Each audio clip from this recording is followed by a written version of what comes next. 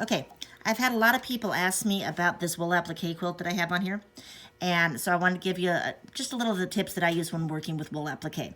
The thing to keep in mind about wool applique that makes it a little bit different than when you're working on just like a straight cotton is that it has a very loose weave. And so they're more likely to shift as you're working on them. They also tend to be a little bit thicker. Because of this extra thickness, sometimes you have to actually adjust the hopping foot.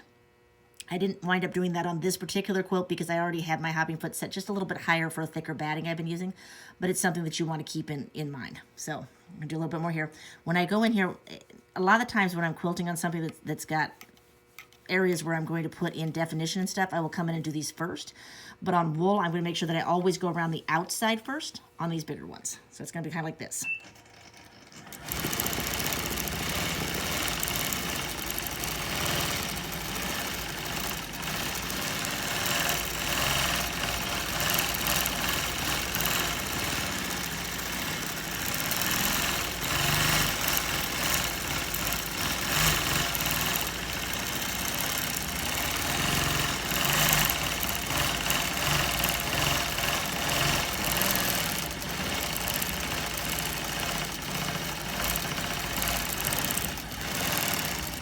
Now, these little ones are a little bit different because they're so small. I'm actually going to come into the middle and do that center circle first,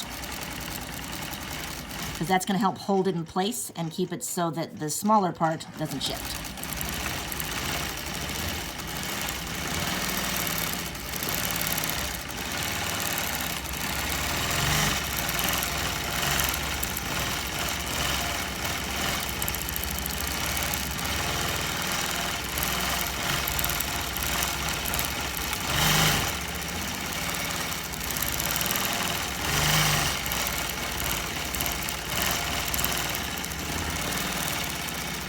And I do actually like to backtrack along the embroidery because I find that when I go to put in the little background fillers and stuff then, it really helps to pop it up.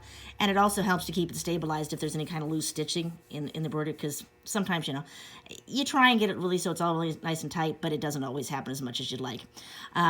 If you keep going around the outside though, you'll never have any problem. This is especially important when you get into the bigger sections, like over here, where you have all of this big area on the bird bath and stuff. If I started in the inside here, I would wind up shifting all of the applique into areas that I don't want it to be. So hope that helps a little bit on how to do applique with wool.